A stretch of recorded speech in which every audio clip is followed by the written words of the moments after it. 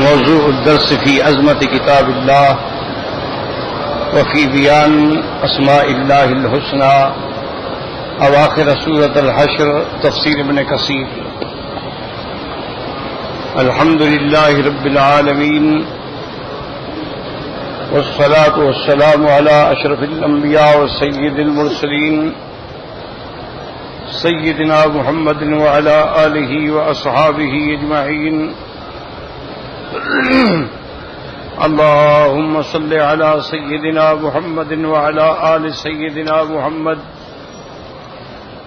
كما صليت على إبراهيم وعلى آل إبراهيم في العالمين إنك حميد مجيد. أعوذ بالله من الشيطان الرجيم. بسم الله الرحمن الرحيم. لو أنزلنا هذا القرآن على جبل لرأيته خاشعا متصدعا من خشية الله وتلك الأمثال نضربها للناس لعلهم يتفكرون.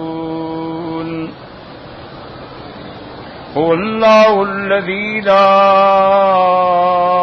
إله إلا هو عالم الغيب والشهادة هو الرحمن الرحيم. هو الله الذي لا إله إلا هو الملك القدوس السلام والمؤمن والمهيمن العزيز الجبار المتكبر. سبحان الله عما يشركون. هو الله الخالق البارئ المصور له الأسماء الحسنى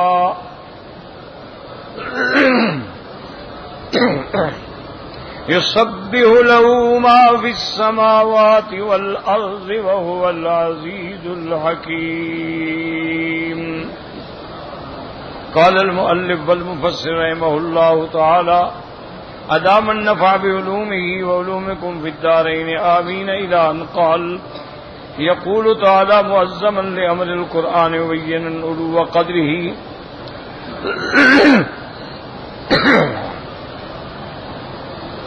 وإنه ينبغي أن تخشع له القلوب وتتصدى عند سماعه لما فيه من الوعد الحق والوعيد الأكيد.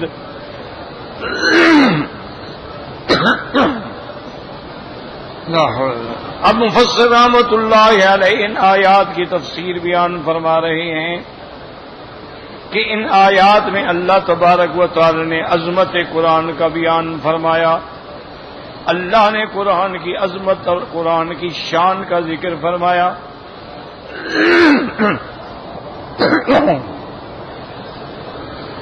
اور لائق ہے یہ بات کہ جب آدمی قرآن پڑھے یا قرآن سنے تو اس کے لیے دل جو ہے وہ جھک جائیں اور اس کے بدن جو ہے وہ کانپ جائیں، تتصدع یعنی پھٹ جائیں، کیونکہ اس کے اندر اللہ تبارک و تعالیٰ نے وعد بھی بیان فرمائے اور وعید بھی بیان فرمائی ہے.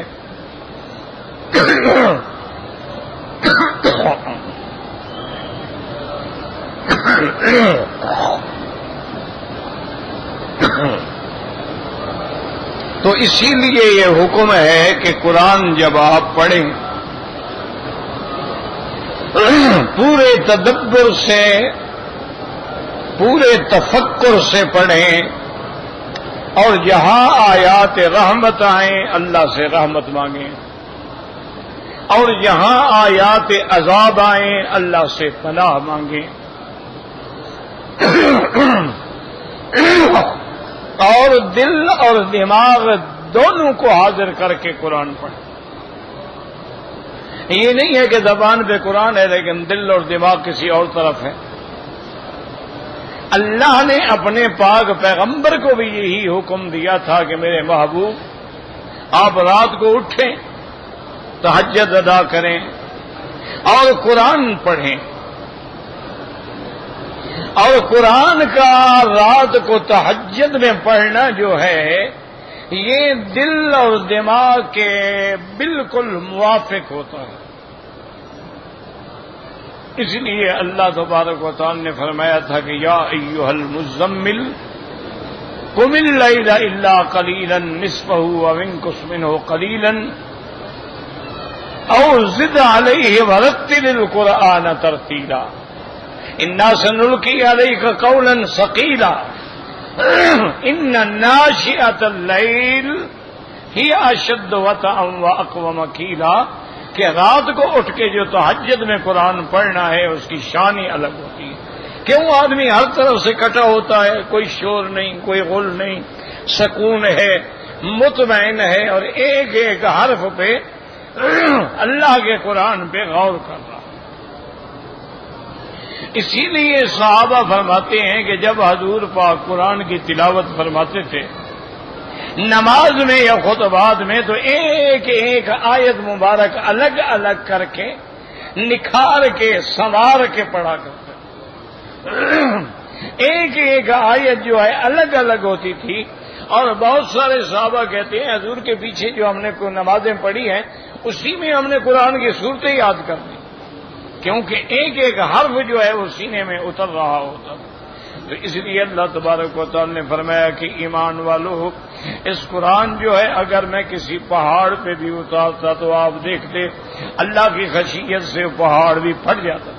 فَإِذَا كَانَ الْجَبَلُ فِي غِلْظَتِهِ وَكَثَافَتِهِ لَوْ فَهِمَ هَذَا الْقُرْآنُ دَبَّرَ مَا فِيهِ لَخَشِعَ وَصَدَّ مِنْ خَوْفِ اللَّهِ عَزَّ وَجَلَّ. یعنی اگر دیکھو پہاڑ کتنا سخت ہے لیکن اگر ہم اس کو قرآن کی سمجھ دے دیتے اور قرآن کو یہ سمجھ لیتا تو پھٹ جاتا اور اللہ کے آگے جھک جاتا. فَكَيْفَ يَلِيقُ بِكُمْ يَا أَيُّهَا الْبَشَرُ. اور اب اے انسانو تمہیں یہ بات کیسے زیب دیتی ہے اللہ تلین قلوبکم وتخشع وتصدع من خشیت اللہ, کہ اللہ کے قرآن کے آگے تم جھکتے نہیں ہو, تمہارے دل و دماغ پہ قرآن کا اثر نہیں ہوتا ہے, حالانکہ تم قرآن کو سمجھ رہے ہو اور قرآن کو سمجھ سکتے ہو. یہی وجہ ہے کہ صحابہ کرام بعض اوقات ایک ایک آیت پر ایسا خوف طاری ہوتا تھا کہ بستر پہ گر جاتا. اور اللہ تعالی کے قرآن کی ایک ایک آیت میں ان کا تدبر تھا, تفکر تھا, اور کوشش کرتے تھے کہ اس آیت میں جو حکم ہے اس میں میں پہلے عمل کر لوں. اسی لیے اللہ نے فرمایا کہ ہر کام میں وہ سبقت کرنے والے تھے, ہر بھلائی میں سب سے آگے جانے والے تھے. فَلِهَذَا قَالَ تَعَالَىٰ وَتِلْكَ الْأَمْثَالُ نَضْرِبُهَا لِلنَّاسِ لَعَلَّهُمْ يَتَفَكَّرُونَ. قال الله في ابن عباس في قوله تبارك وتعالى لو أنزلنا هذا القرآن على جبل لرأيته خاشعا متصدعا إلى آخرها يقول لو أني أنزلت هذا القرآن على جبل حملته إياه تصدع وخشع من ثقله ومن خشية الله تبارك وتعالى. فأمر الله تعالى الناس إذا نزل عليهم القرآن أن يأخذوه بالخشية الشديدة والتخشع. اب حضرت ابن عباس رضی اللہ تعالی عنہ فرماتے ہیں کہ اس آیت کا معنی یہ ہے کہ اگر یہ قرآن ہم پہاڑ پہ اتارتے ہیں تو قرآن کی عظمت سے پہاڑ جو ہیں وہ جھک جاتے اور پھٹ جاتے. اس لیے اللہ نے حکم دیا ہے کہ اے مسلمانوں, ایمان والو, جب تم نے قرآن کو پڑھنا ہے تو پوری تواضع سے, پوری خشیت سے, اور تمہارے بھی دل پھٹ جائیں اور تم قرآن پاک کے صحیح معنی میں عامل بن جاؤ. قرآن کی عظمت کا یہ عالم ہے کہ میرے آقا رحمت دو جہاں صلی اللہ علیہ وسلم پر جب وحی نازل ہوتی تھی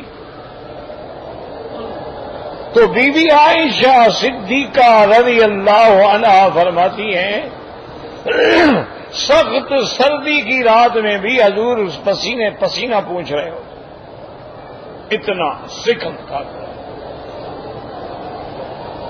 حضرت زید فرماتے ہیں رضی اللہ تعالی عنہ کہ ایک دن میں حضور پاک کے قریب بیٹھا تھا اور حضور پاک نے اپنی ران مبارک میرے اوپر رکھی ہوئی تھی، میری ٹانگ پہ اللہ کی وحی نازل ہو گئی تو فرماتے ہیں خشی تو میں ڈر گیا، اتنا سکل تھا کہ میری ٹانگ ٹوٹ جائے، یعنی یہ ظاہری سکل تھا، اور اس کی باطنی جو عظمتیں ہیں پھر ان کو کون پا سکتا ہے ماں سوا ان کے جن کو اللہ نے قرآن کا علم دیا، اللہ نے قرآن کا فہم دیا، اللہ نے قرآن پڑھنے کی توفیق عطا فرمائی۔ امام شافعی رحمت اللہ علیہ فرماتے ہیں کہ ایک رات میں نے ایک آیت سے 360 مسائل استنباط کیے۔ یہ تو ایک دریا ہے،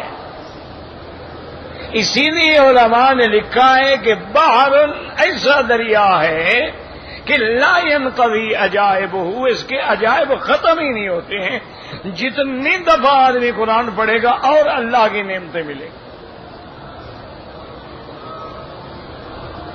ہر دور میں اللہ نے قرآن پڑھنے والے، پڑھانے والے، لکھنے والے، لکھانے والے، ترجمے والے، تفسیر والے پیدا فرمائے ہیں، جتنے مفسر آتے گئے اور موتی نکلتے گئے۔ شرط یہ ہے کہ قرآن میں غور کریں، اور خاص طور پہ جہاں جہاں قرآن کے مدرسے ہیں، تحفیظ القرآن کے مدارس ہیں، قرآن حفظ کراتے ہیں طلباء کو، یا ناظرے پڑھایا جاتا ہے، ان اساتذہ کو بھی اللہ توفیق دے جہاں قرآن یاد کرائیں وہاں روزانہ بچوں کو صرف 3 آیات کا ترجمہ بھی پڑھا دیں۔ اس کا فائدہ یہ ہوگا کہ 1 مہینے میں 90 آیتیں پڑھ لے گا، 2 مہینے میں تقریباً 200 آیات ہو جائیں گی، قرآن بھی ختم ہوگا، ترجمہ بھی آ جائے گا۔ یہ وجوہات ہیں کہ ہمارے ملک میں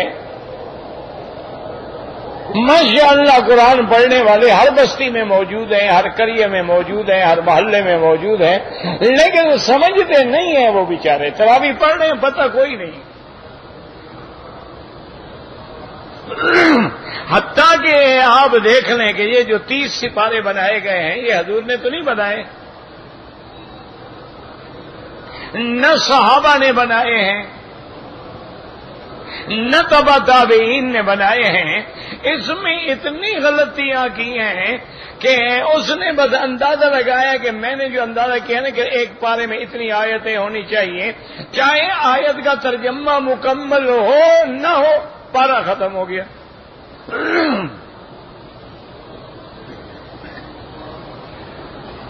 ایسے کئی پارے ہیں جن میں انہوں نے یہ غلطی کی ہے، وجہ کیا ہے وہ سمجھتے بھی نہیں تھے کہ کہاں جا کے کھڑا کرنا ہے۔ ابھی آپ دیکھیں کہ ائمہ حرمین ہیں، امام حرم ہیں مثلا، نماز پڑھا رہے ہیں، وہ جانتے ہیں کہ اس مضمون کی انتہا کہاں ہوگی، میں یہاں رکوع کروں یا ابھی اور آیت باقی ہے۔ ہمارے یہاں تو بس کوئی، ان کو تو پتہ ہی نہیں ہے کہ بھی میں نے یہاں وقف کرنا تھا کہ نہیں کرنا تھا۔ وہ ایک واقعہ ہے تاریخ کا اللہ عالم کہ ایک ہمارے کوئی ہندوستان کے، اس زمانے میں ہندوستان کہلاتا تھا، کوئی قاری صاحب تھے، ان کے دماغ میں اللہ جانے کیا خیال آ گیا کہ یار سارے لوگ کہتے ہیں کہ مصری بڑے قاری ہیں، بڑے قاری ہیں، یار کیا ہے، میں جاتا ہوں مصر میں، میں ان کا مقابلہ کروں گا۔ چل پڑا، مصر پہنچ گیا، وہاں جو سب سے بڑے قاری تھے ان کے گھر معلوم کر کے پہنچا، وہ گھر سے نکل رہے تھے، جا کے ملا، السلام علیکم، تعارف کرایا، میں ہندوستان سے آیا ہوں اور میرا یہ کارڈ ہے، میں قاری ہوں، اور میں نے آپ سے ملنا ہے، قرآن سننا بھی ہے، سنانا بھی ہے۔ انہوں نے کہا بہت اچھا۔ انہوں نے بیٹھک کا دروازہ کھولا، انہوں نے کہا حضرت آپ تشریف رکھے۔ اپنی بیٹی کو بلایا، 8-9 سال کی بچی تھی، کہا بیٹی تم قاری صاحب کو ناشتہ کراؤ اور موقع ملے تو بیٹھ جاؤ، قرآن ان سے سنو اور قرآن سناؤ۔ اور کہا قاری صاحب مجھے کام ہے تھوڑا سا، میرا وعدہ ہے کہیں میں وہ کام نبھا کے واپس آتا ہوں، آپ میرے گھر میں آرام سے بیٹھے۔ قاری صاحب بیٹھ گئے، ناشتہ کر لیا۔ تو اس لڑکی نے کہا کہ حضرت آپ اتنے دور سے تشریف لائے، ہندوستان سے مہربانی کریں ہمیں بھی کچھ قرآن سنائیں۔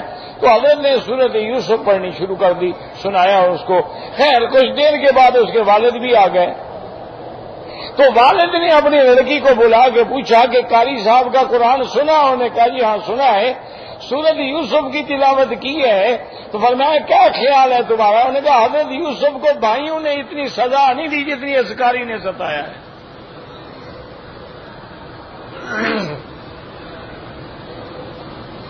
اس نے کہا قرآن پڑھتے ہوئے یہ جتنی تکلیف اس نے دی ہے نا، اتنی تکلیف تو ان کو بھائیوں نے بھی نہیں دی ہوگی، یہ تو قرآن پڑھنا ہی نہیں جانتا، جاہل ہے کوئی۔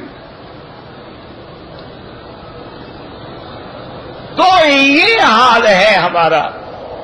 اسی طرح ہمارے ملک کا ایک مولوی نماز پڑھا رہا تھا اور نماز میں اس نے سورۃ یوسف شروع کی اور اس آیت پہ آ کے اس نے رکوع کیا کہ بھائیوں نے اتفاق کر لیا فَأَلْقَوْا فِي غَيَابَةِ الْجُبِّ، آ کے بھائی کو کنویں میں ڈال دیا اور رکوع کیا، نماز کا سلام پھیرا۔ تو ایک غریب بدو بیٹھا تھا جاہل سا، وہ کھڑا ہو گیا، انہوں نے کہا مولوی صاحب اللہ تجھ پہ رحمت کرے، اور یوسف کو جو کنویں میں ڈال دیا اس کو نکالو تو صحیح، وہ تو بیچارہ ابھی تک کنویں میں ہے۔ انہوں نے کہا اتنے بڑی جاہل ہو تم کہ میں نے کہا آیت ختم کرنی ہے، میں نے کہا رکوع کرنا ہے، اللہ کے پیغمبر کو کنویں میں تو تم نے ڈال دیا، نکالنے کی تکلیف نہیں ہوئی تمہیں۔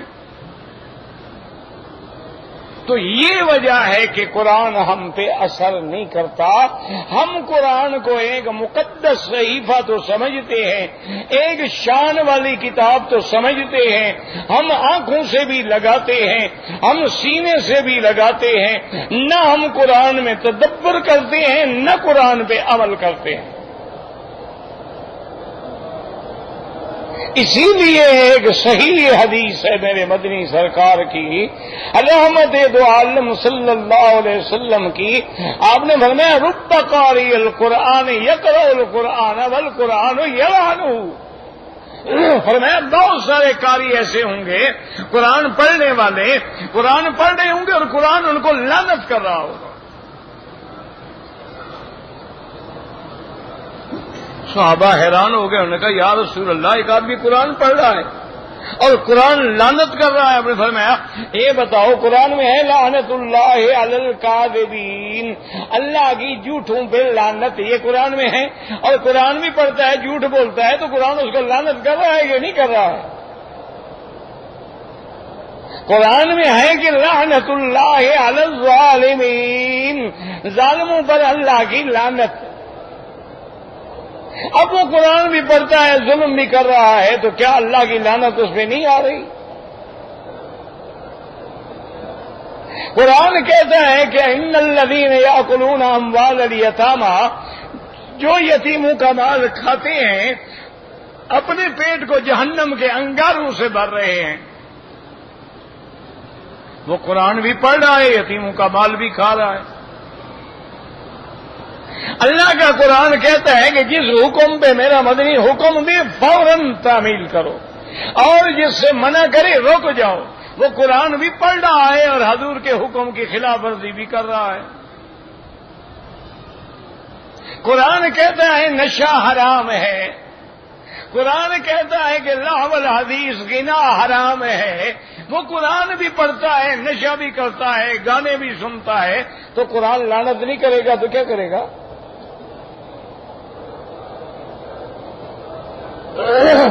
اس لیے ہمیشہ یاد رکھیں کہ پہلے تو سادہ ترجمہ پڑھنے کی کوشش کریں،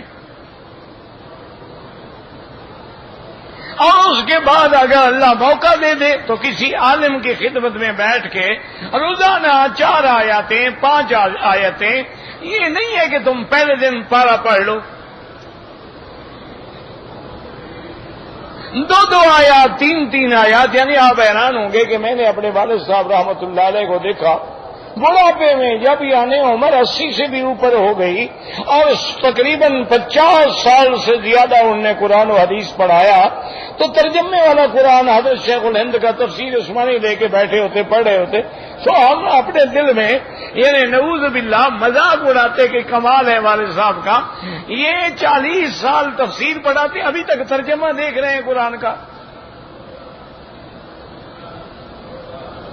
ڈر کے مارے کہتے تو نہیں تھے، لیکن دل میں خیال آتا تھا یار بس یہ بھی اپنے استادوں سے اندھی محبت ہے، اور کیا ہے کہ بھی ایک آدمی نے کوئی تفسیر ایسی نہیں، کشاف پڑھائی، بیضاوی پڑھائی، جلالین پڑھائی، ابن کثیر پڑھائی، ابن جریر پڑھائی، نصفی پڑھائی، کوئی تفسیر نہیں جو نہیں پڑھائی زندگی میں، اور ترجمے والا قرآن لے کے بیٹھے۔ ایک دن میں نے پوچھ لیا، میں نے کہا حضرت اپنے استاد سے اتنی آپ کو اندھی عقیدت ہے؟ کہنے لگے بیٹا بات سنو، ایک تو قرآن کو جتنی دفعہ پڑھو گے ضرور اللہ اپنے رحمت سے کوئی موتی عطا فرمائیں گے۔ انہوں نے کہا دیکھو 40 سال گزر گئے دورہ حدیث پڑھاتے ہوئے، ہر سال جب وہی حدیث پڑھاتے ہیں اللہ دماغ میں اور موتی ڈالتے ہیں۔ اور دوسری بات یہ انہوں نے کہا کہ جو مسئلہ تفسیر میں ہمیں نہیں ملتا یا سمجھ نہیں آتا، میرے استاد کے ترجمے میں اس کا حل موجود ہوتا ہے، لیکن اس کے لیے علم کی ضرورت ہے، سمجھنے والا بھی تو کوئی ہو نا۔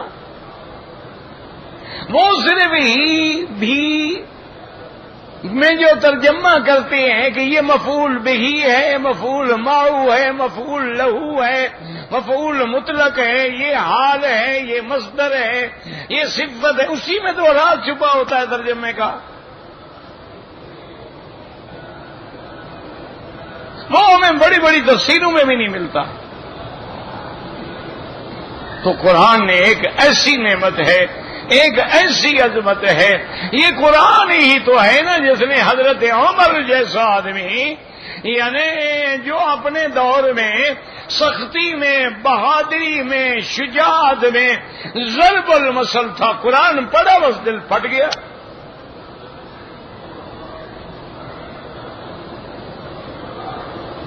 ہماری بدقسمتی ہے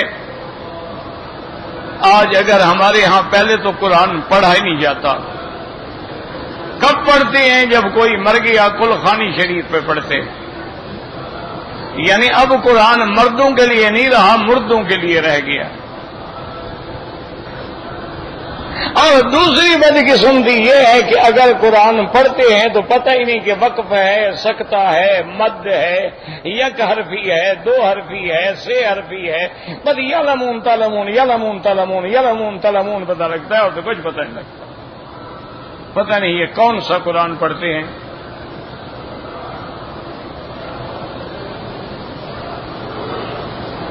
آپ تجربہ کر رہے ہیں نا جی کہ امام مثلا صبح کی نماز شروع کرے اور ہمارا حاجی ماشاءاللہ 2 رکعت سنت شروع کرے، ابھی امام فاتحہ نہیں پڑھے گا یا 2 رکعتیں پڑھ کے آگے اللہ اکبر شامل بھی ہو جائے گا، پتہ نہیں اس نے 2 رکعتوں میں کیا پڑھا۔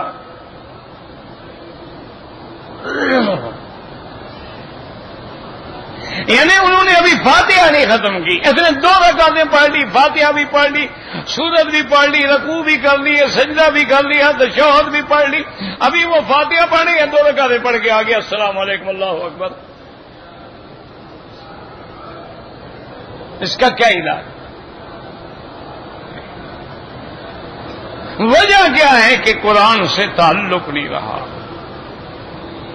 اچھا آج کل جو ہمارے نئے نئے اسکالر پیدا ہوئے ہیں، پروفیسر پیدا ہوئے ہیں اور ڈاکٹر پیدا ہوئے ہیں، اب قرآن بھی ڈاکٹر پڑھتے ہیں نا،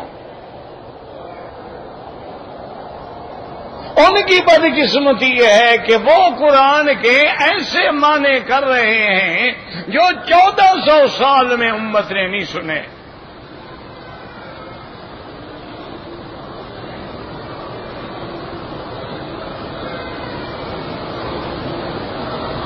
ایسے تراجم کر رہے ہیں اور لوگوں کو ایسی گناہوں کی چھوٹ دے رہے ہیں.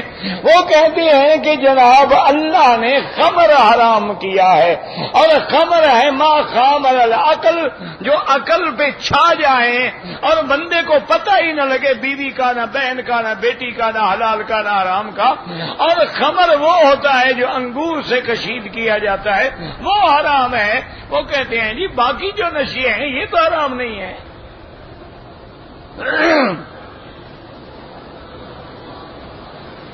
اب دیکھیں نا جو لوگ شراب پینے والے ہیں ان کے لیے تو یہ سکالر کام کا آدمی ہے نا. وہ کہتے ہیں جناب کمال ہے، اس نے قرآن کو سمجھا ہے نا، ان مولویوں کو کیا پتہ بلا.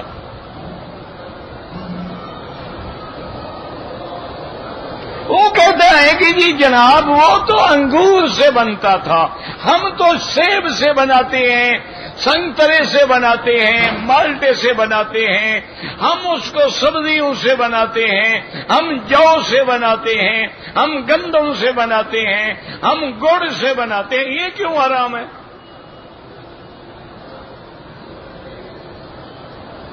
اور وہ کہتے ہیں جی حرام تو تب ہونا جب عقل خامر العقل. ہم تو اس لیے پیتے ہیں کہ گرمی پیدا ہو گئی، نشاط آ گیا، طبیعت میں اور طاقت پیدا ہو گئی، لہذا ہم نے زیادہ اچھا کام کر لیا. چونکہ یورپ میں بے انتہا سردی ہوتی ہے، آدمی کی کلفی نہ جم جائے، صبح جام چڑھایا اور دفتر آ گئے، پھر محسوس ہوا تو وہ کھانے کے وقت ایک آدھا پیگ اور لگا لیا.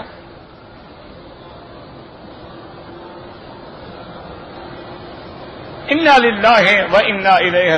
یہی وجہ تھی کہ مرزا لعنت اللہ علیہ، مرزا قادیانی کے اپنے بیٹے نے لکھا ہے کہ ابا جی کبھی کبھی وائن ٹانک استعمال کیا کرتے تھے. وائن شراب کو کہتے ہیں.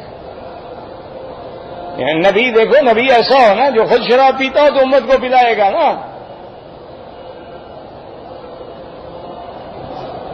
اور وائن ٹانک یعنی بطور طاقت کے لیے پیتے تھے، حضرت نشے کے لیے نہیں پیتے تھے. اگر ان بدبختوں کو اللہ کا قرآن سمجھنا تھا تو محمد کی زبان سے سمجھتے نا، صلی اللہ علیہ وسلم کہ حضور نے فرما دیا کل مسکر حرام، ہر نشاور چیز حرام ہے. اچھا ایک آدمی کہتا ہے جی کہ مجھے ایک دو پیگ پینے سے نشہ نہیں آتا ہے، پر میں قلیل ہوں کثیر ہوں حرام، جس کا 1 لیٹر حرام ہے اس کا قطرہ بھی حرام ہے. یہ معنی نہیں ہے کہ آپ کی شلوار میں پورا پیشاب نکلے تو شلوار حرام ہو جائے، اگر چھینٹے پڑ جائے تو کوئی حرج نہیں. یہ کوئی بات ہے؟ کوئی عقل ہے؟ کوئی مسئلہ ہے؟ تو اس لیے ہمیشہ یاد رکھیں قرآن کو پڑھو، قرآن کو سمجھو اور سمجھنے والوں کے پاس بیٹھو. جیسے ہر ڈاکٹر کا بیٹا ڈاکٹر نہیں ہوتا، ہر انجینئر کا بیٹا انجینئر نہیں ہوتا، ہر وکیل کا بیٹا وکیل نہیں ہوتا، اسی طرح ہر مولوی کا بیٹا بھی عالم نہیں ہوتا. عالم کے پاس جاؤ.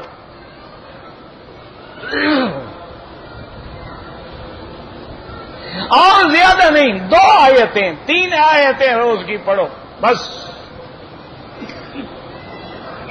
جب تم اس محنت کے ساتھ انشاءاللہ انشاءاللہ انشاءاللہ ایک پارے کا ترجمہ پڑھ جاؤ گے نا، اللہ آسان کر دے.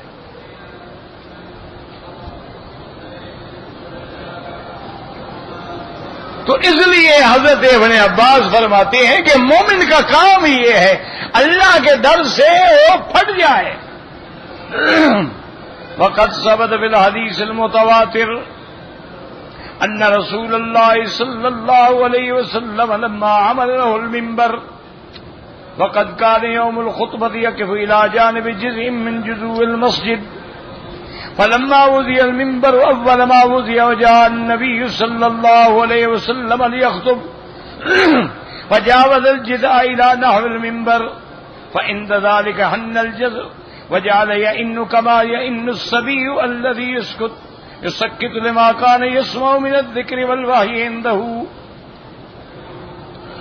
وفي بعض روایات هذا الحديث كان الحسن البصري رحمه الله تعالى بعد ایراده فانتم احق ان تشتاقوا الى رسول الله صلى الله عليه وسلم من الجزع.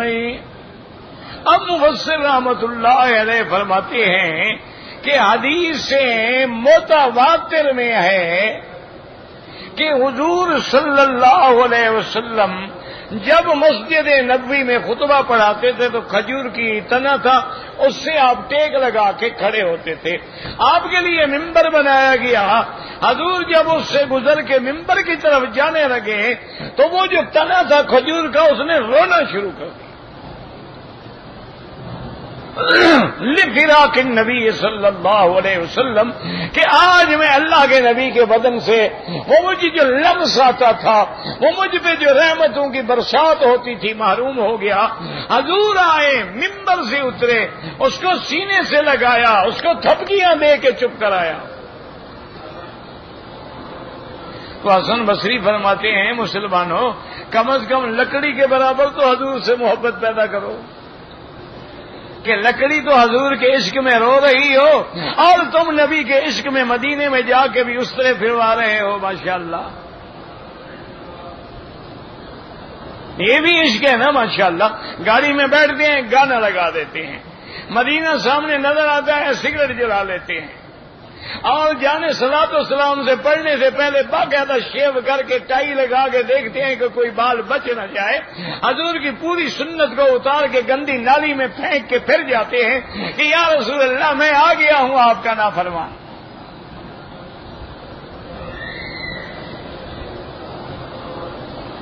او جی حضور رحمت اللہ، وہ تو رحمت اللہ، تم کیا ہو یہ فیصلہ کرو پہلے. پتہ ہے جب شہنشاہ مراد آیا تھا، بادشاہ تھا، اسی کے زمانے میں وہ حرم بنا تھا.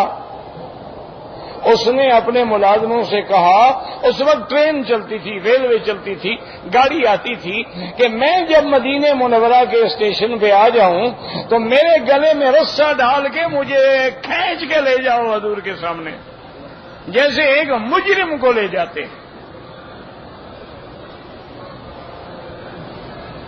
میں حضور کی دربار میں ایسے بادشاہ بن کے نہیں حاضر ہو سکتا جن کے دلوں میں حضور. اسی لیے صحابہ کہتے ہیں نا کہ ہم جب صلاۃ و سلام کے لیے آتے بس 3 دفعہ سے زیادہ نہیں پڑھتے تھے. الصلاۃ والسلام علیک یا رسول اللہ، الصلاۃ والسلام علیک یا حبیب اللہ، الصلاۃ والسلام علیک یا خیر خلق اللہ. چلے جاتے تھے کہ زیادہ دیر کھڑے ہونا بھی بے ادبی ہے. صحابہ نہیں جرت کرتے تھے اور ہم کھڑے ہیں جناب، داڑھی منڈائی ہوئی ہے، جھوم جھوم کے سلام پڑھ رہے ہیں.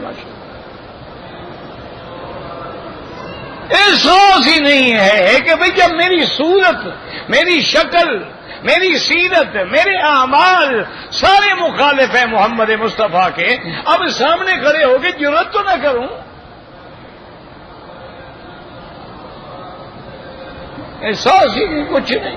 وہ جی ہم ماشاء اللہ جی حضور کا بلاوا آیا تھا جی، ہم مدینہ شریف گئے تھے، حضور نے ان کو بلایا تھا. یہ بھی فرمایا تھا کہ داڑھی ہر حال میں مڈانا، حرام کھاتے رہنا، رشوت کھاتے رہنا، غریبوں کا مال ہضم کرتے رہنا، لڑکیوں کو حصہ بالکل نہ دینا. اسی لیے بلایا تھا، یہی باتیں سمجھائی تھی. کیوں ایسی جرت کرتے ہو؟ مجھے حضور نے بلایا تھا. مولانا روم فرماتے ہیں کہ 1000 بار بشویم دہن بمشک و گلاب، اگر میں مشک اور گلاب کو پانی بنا کے اپنی زبان کو دھوتا رہوں، 1000 دفعہ دھونے کے بعد بھی تیرا نام لیتے ہوئے محمد مصطفیٰ مجھے بے ادبی کا ڈر ہے کہ میری زبان گندی ہے. میری زبان پلید ہے، میری زبان ناپاک ہے، میں کیسے آپ کا نام لوں؟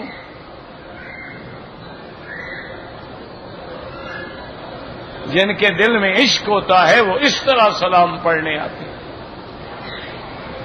ادب کے ساتھ، سکون کے ساتھ صلاۃ و سلام پڑھنے کے بعد وہ اس نعمت پہ اللہ کا شکر کرتے ہیں کہ مولا تیرا کتنا بڑا کرم ہے کہ آج تو نے مجھے مدینہ منورہ نصیب فرما دیا، مسجد نبوی نصیب فرما دی، اور آج تو نے مجھے وہ مقامات نصیب فرمائے ہیں کہ جہاں پر ایک ایک قدم پر حضور کا قدم لگا ہوگا۔ اس لیے خدا کے لیے قرآن پڑھو، قرآن سمجھو اور قرآن پہ عمل کرو۔ حسن بصری اسی لیے فرماتے ہیں کہ فَأَنْتُمْ أَحَقُّ، تم انسان ہو، تم پر تو زیادہ حق ہے کہ حضور سے محبت کرو۔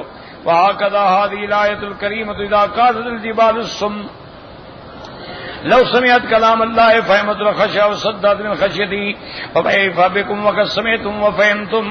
اب مفسر فرماتے ہیں جیسے اس آیت کریمہ میں ہے، اگر یہ پہاڑ سمجھ لیتے تو پھٹ جاتے۔ تم تو سن بھی رہے ہو، سمجھ بھی رہے ہو، پھر بھی تم پہ قرآن کا اثر نہیں ہوتا۔ وقد قال تبارک و تعالی ولو ان قرآن سیرت به الجبال او قطعت به الارض او كلم به الموتى وقد تقدم ان معنى ذلك اي لكان هذا القرآن۔ وقد قال تعالى وان من الحجارة لما يتفجر منه الانهار وان منها لما يشقق ويخرج منه الماء وان منها لما يهبط من خشية الله وما الله بغافل عما تعملون۔ ثم قال تبارك وتعالى هو الله الذي لا إله إلا هو عالم الغيب والشهادة هو الرحمن الرحيم۔ أخبر تعالى أنه الذي لا إله إلا هو فلا رب غيره ولا إله الموجود سواه، کوئی اللہ کے سوا رب نہیں، کوئی معبود برحق نہیں۔ وكل ما يعبد من دونه فباطل، اللہ کے سوا جن کی یہ لوگ عبادت کرتے ہیں وہ باطل ہے۔ وَأَنَّهُ عَالِمُ الْغَيْبِ وَالشَّهَادَةِ اے عالم جمیع الکائنات المشاہدات والغائبات عنا، اللہ ہر چیز جانتے ہیں جو کائنات میں ظاہر ہے، یہ ہم سے چھپی ہوئی ہے۔ فلا يخفى عليه شيء في الارض ولا في السماء، اللہ پر کوئی چیز زمین و آسمان میں چھپی ہوئی نہیں۔ من جلیل وحقیر وصغیر وکبیر، نہ کوئی بڑی نہ کوئی چھوٹی چیز۔ حتی ذرہ فی الظلمات، اگر کوئی ذرہ اندھیری رات میں بھی پڑا ہے تو اللہ تبارک و تعالی جانتے ہیں۔ وهو الرحمن الرحیم، قد تقدم الكلام على ذلك في اول التفسیر بما اغنى عن اعادتها هنا۔ الرحمن الرحیم کی تفسیر گزر چکی ہے۔ وقد فالمراد انه ذو الرحمة الواسعة الشاملة لجميع المخلوقات وهو رحمان الدنيا والآخرة ورحيمهما، بہت بڑی رحمت والے، نہایت مہربان، جن کی رحمت پوری کائنات کے ذرے ذرے کو شامل ہے۔ ورحمتی وسعت كل شيء۔ وقال تعالى كتب ربكم على نفسه الرحمة۔ وقال تبارك وتعالى قل بفضل الله وبرحمته فبذلك فليفرحوا هو خير مما يجمعون۔ والله أعلم۔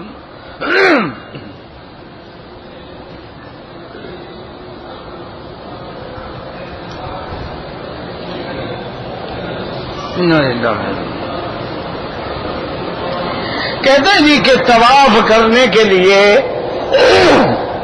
اگر عورتوں کے لیے علیحدہ وقت مقرر کر دیا جائے، دیکھو میرا بھائی بات کرنا بڑا آسان ہے۔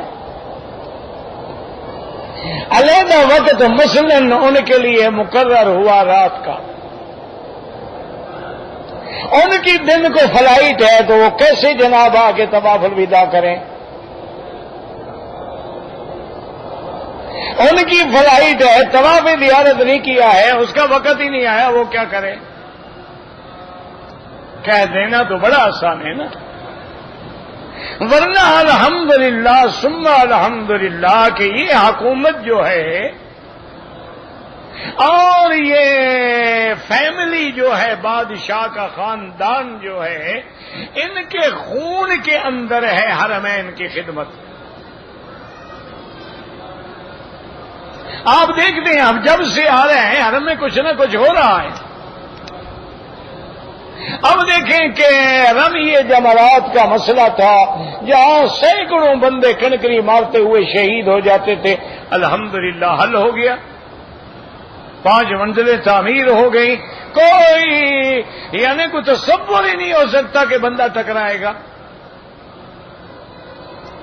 صفا مروہ کے اندر آدمی پس جاتے تھے، ایسے پس جاتے تھے، اللہ معاف کرے کبھی کبھی تو سانس رکنی شروع ہو جاتی تھی. کیسا حل کر دیا الحمدللہ. اب صفا مروہ میں کسی کو تکلیف ہے؟ اچھا، اللہ کا حرم جو ہے رمضان اور حج میں مکمل پورا نہیں ہوتا. لوگ سڑکوں پہ نمازیں پڑھتے ہیں، میدانوں میں نمازیں پڑھتے ہیں، پہاڑوں پہ نمازیں پڑھتے ہیں. کتنا بڑا حرم بن رہا ہے. یہ آسان ہے؟ یہ آپ کا ملک تو نہیں ہے نا کہ جس کی زمین چاہو ایکوائر کر لو. یہ تو باقاعدہ اس کا بدلہ دیتے ہیں، معاوضہ دیتے ہیں، اس کو راضی کرتے ہیں. پہلے زمین خریدو، اس کو راضی کرو، پھر ان کو منہدم کرو، پھر اس کو ٹھیک کرو، پھر حرم کی توسیع کرو. یہ کوئی آسان بات ہے؟ اور اب جب یہ حرم انشاءاللہ بن جائے گا تو آپ دیکھیں گے، حیران ہوں گے کہ یہ جو حرم ہے اس سے بھی وہ زیادہ بڑی جگہ ہوگی. اسی طرح طواف کے مسئلے پر بھی ان کی لجنہ جو ہے، کمیٹیاں جو ہیں، وہ غور کر رہے ہیں کہ کوئی ایسا حل نکالا جائے کہ ایک تو طواف جو ہے یہ ڈبل ہو جائے، یعنی جتنا نیچے ہے اتنا اونچا بن جائے. شیشے کی چھتریاں لگا دیں جب ضرورت ہو، جیسے مدینے میں ضرورت ہو مل جاتی ہیں، ضرورت ہو کھل جاتی ہیں. یہ سوچ رہے ہیں، ایسے نہیں بیٹھے ہوئے. آپ کو اللہ نے کوئی عقل دیا ہے تو آپ تجویزیں لکھ کے بھیج دیں ان کو.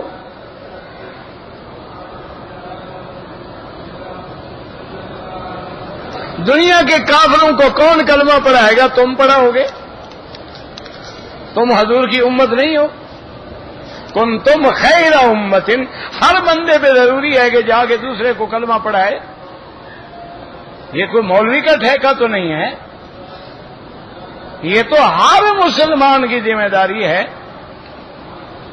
جا کے کلمہ پڑھاؤ، ہمت کرو.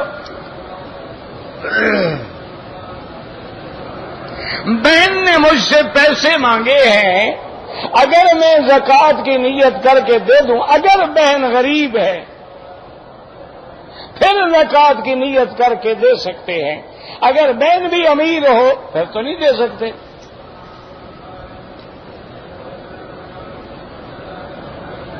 کہتے جی کہ اب میری شادی ہونی ہے، میں بیوی سے کیسے ملوں گا؟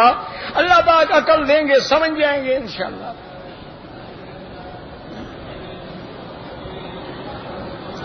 نہ تو کوئی کتاب لے کے پڑھو، کوک شاستر لے لو، پڑھو، سمجھ آ جائے گا. اسرار النساء ایک کتاب ہے، وہ پڑھ لو. اسرار النکاح ایک کتاب ہے، وہ پڑھ لو. رجوع الشیخ الی صبا ایک کتاب ہے، وہ پڑھ. تو ایک کتاب ہے، سارا علم ہے. یہ بھی علم ہے، حلال ہو حرام نہ ہو.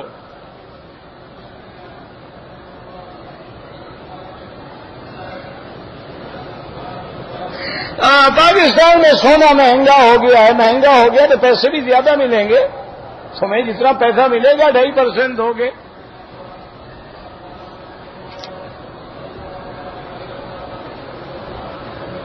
اگر حالت احرام میں غیر ارادی طور پہ خوشبو کو ایسے ہاتھ لگ گیا، کچھ بھی نہیں ہوتا، فوراً دھو ڈالے.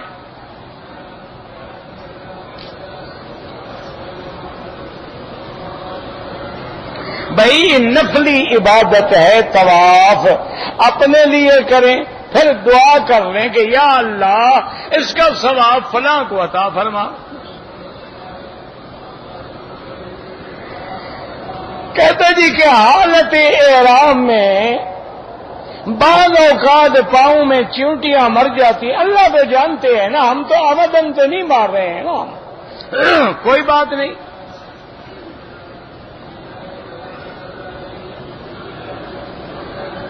ہمارے ایک ساتھی ہے 7-8 سال ہو گئے اولاد نہیں ہوئی ہے. میرا بھائی اولاد جو ہے وہ وظیفے سے نہیں ہوتی. پہلے میاں بیوی دونوں جا کے چیک اپ کرائیں نقص کس میں ہے، پھر علاج بھی کراؤ اور دعا بھی کرو، پھر فائدہ ہوگا. اب ایک آدمی ہو ہی نہ مرد تو دعا کیا کرے گی؟ نہیں، آپ مجھے بتائیں، ہیجڑے کے لیے آپ دعا مانگتے ہیں اللہ اس کو بچہ دے دے بچہ دے دے بچہ دے دے، دعا سے بچہ ہو جائے گا؟ یہ کس نے کہا ہے آپ کو؟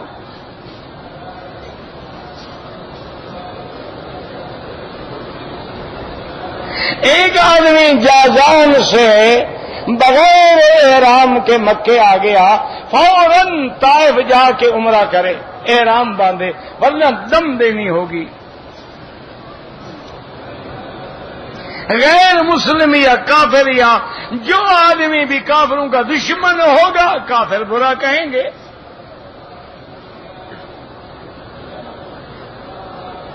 میں نے احرام کی چادریں باندھ لی، مسجد عائشہ میں جا کے نیت کی، ٹھیک ہے، چادروں سے کچھ نہیں ہوتا، احرام نیت کا نام ہے.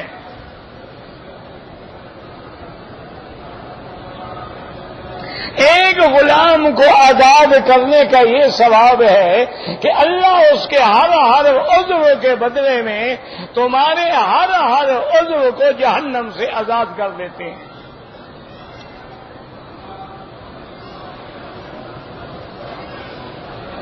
هل يجوز شراء الذهب والفضة بتقسيط؟ لا يجوز.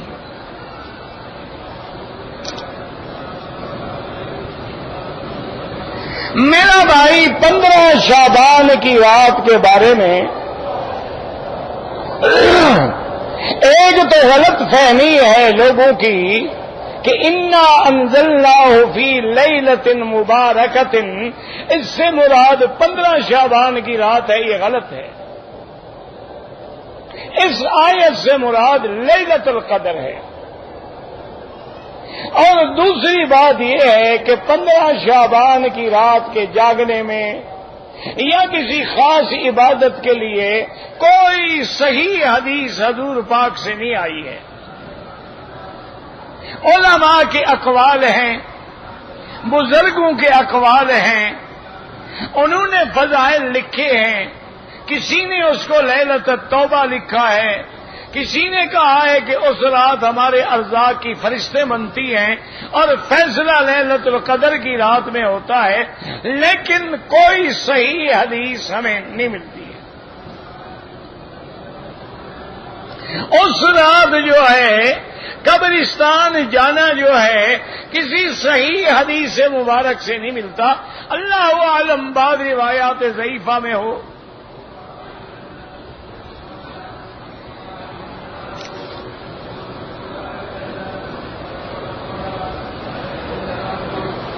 اگر آپ نے احرام باندھا ہوا ہے، حجر اسود کو بوسہ دیا، آپ کو خوشبو لگ جائے تو دھو ڈالیں. اور اگر معلوم ہو کہ ابھی ابھی کسی نے خوشبو لگائی ہے تو بوسہ ہی نہ دے.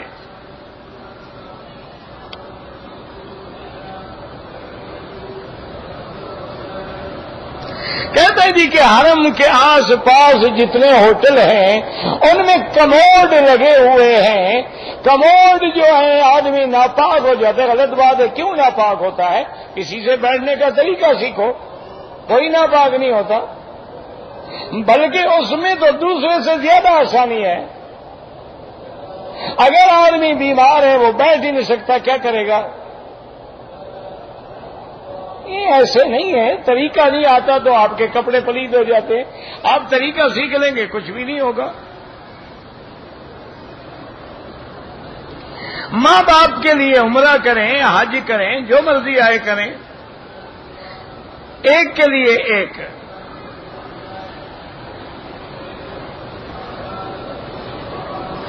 مغرب کی نماز آنے کے بعد نماز سے پہلے امام ابو حنیفہ رحمت اللہ علیہ فرماتے ہیں کہ کوئی 2 رکعت نہ پڑھے. لیکن امام احمد ابن حنبل رحمت اللہ علیہ اور امام شافعی رحمت اللہ علیہ اس حدیث سے کہ بین کل اذانین صلاۃ، ہر اذان اور تکبیر کے درمیان میں نماز ہے، وہ کہتی ہیں بھی ہر حال میں 2 رکعت پڑھیں۔ امام ابو حنیفہ رحمت اللہ علیہ فرماتے ہیں کہ بالکل یہ حدیث صحیح ہے، لیکن ایک حدیث میں لفظ آئے ہیں الا المغرب، لیکن مغرب کے وقت نہیں، کیونکہ مغرب کا وقت بہت تھوڑا ہے، اور مغرب کا وقت جو ہے مشہود ہے، رات کے ملائکہ جائیں گے، دن کے آئے ہیں، تو آپ نماز اذان کے فوراً نماز کھڑی کریں۔ لیکن چونکہ یہاں وقفہ ہوتا ہے، اگر کوئی پڑھتا ہے اس پہ اعتراض نہ کریں، اور جو نہیں پڑھتے ہیں ان پہ جبر نہ کریں، کوئی مسئلہ نہیں۔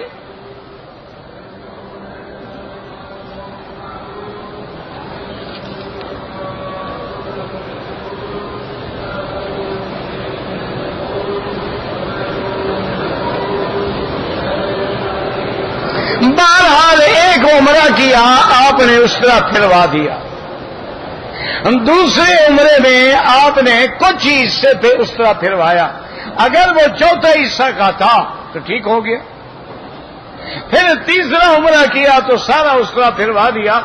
بہرحال اللہ قبول کرے، اصل مسئلہ یہ ہے کہ 100 عمرہ بھی کرو اس طرح ہر دفعہ پھروانا پڑے گا اگر بال نہ ہوں۔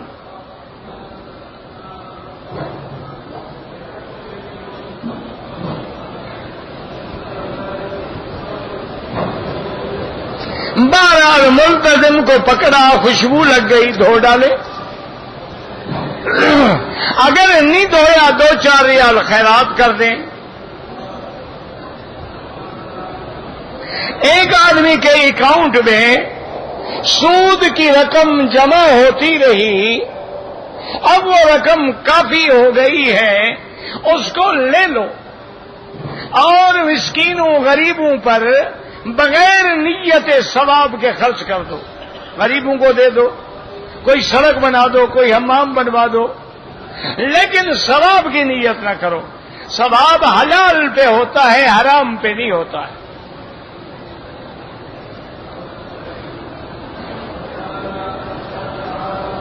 ہم نے ایک پہلے عمرہ کیا تھا، سر کو گنجا کر لیا، اب دوبارہ کیا تو ہم نے کچھ نہیں کیا، سر پہ اس طرح بھی پھرواؤ، دم بھی ادا کرو۔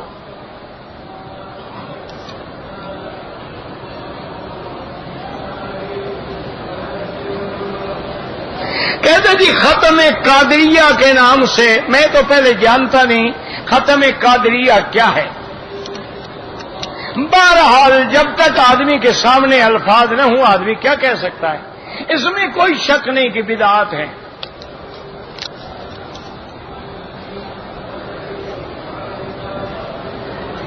کہتے ہیں جی کہ ہم نے اگر تفسیر دیکھنی ہو، بھئی عربی میں تو الحمدللہ بہت تفاسیر ہیں، اردو میں آپ دیکھیں تو معارف القرآن دیکھیں، آسان بھی ہے اور الحمدللہ مستند عالم کی لکھی ہوئی ہے۔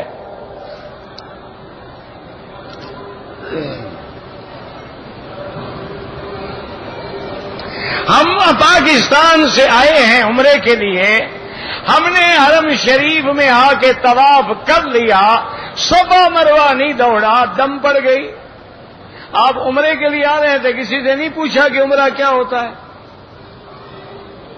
عمرے کا طریقہ کیا ہے، ہم نے عمرے میں کیا کیا کرنا ہے یہ نہیں سیکھا۔ ٹکٹ لینا سیکھ لیا، ہوائی جہاز میں بیٹھنا بھی سیکھ لیا، ماشاءاللہ جتنے اتر کے کسی دوسرے ملک میں بھی نہیں چلے گئے، آپ ہی مکے گئے، صرف عمرے کا نہیں پوچھا۔ ایک ایک بکری دم ادا کریں۔ میں نے عمرہ کیا، بال نہیں کٹوایا، ٹک لگایا، دم پڑ گئی، بال بھی کٹوائیں اور دم بھی ادا کریں۔ میرا دوست نے عمرہ کیا ہے، میں نے طواف کیے ہیں، اس میں کوئی شک نہیں کہ جتنی دیر عمرے میں لگاتے ہو اتنی دیر طواف میں لگاؤ تو طواف افضل ہے۔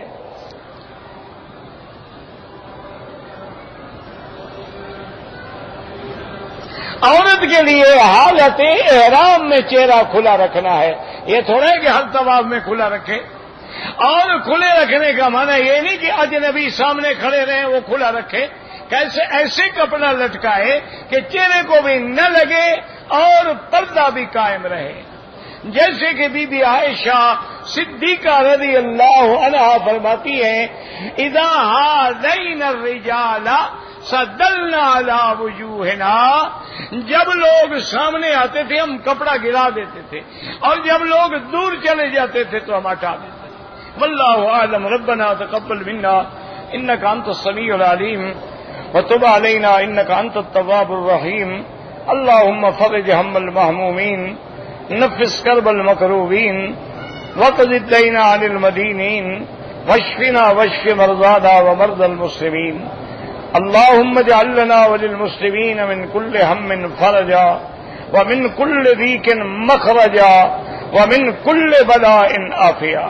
یا اللہ عالم اسلام کی عزت کا فیصلہ فرما، یا اللہ عالم اسلام کے غلبے کا فیصلہ فرما، یا اللہ عالم اسلام کی حفاظت فرما، یا اللہ بلاد اسلامیہ کی حفاظت فرما، یا اللہ اس بلد الامین کو قیامت تک ہر فتنے سے محفوظ فرما، یا الہ العالمین، یا اللہ بیماروں کو شفا عطا فرما، یا اللہ بے حیاؤں کو حیا عطا فرما، بے دینوں کو دین عطا فرما، بے اولادوں کو اولاد عطا فرما، قرض داروں کے قرض ادا فرما، جن کا رزق تنگ ہے ان میں برکتیں عطا فرما، یا اللہ اس عاجز کی بیماریاں پریشانیاں سب اپنی رحمت سے دور فرما، مالی سوا کر عید باب کہیلتن ولا رددت فأی باب اقرؤ، ربنا آتنا فی الدنیا حسنۃ وفی الآخرۃ حسنۃ وقنا عذاب النار، صلی اللہ تعالی علی خیر خلقہ سیدنا محمد وعلی آلہ وصحبہ اجمعین، اللہم صل علی سیدنا محمد وعلی آل سیدنا محمد۔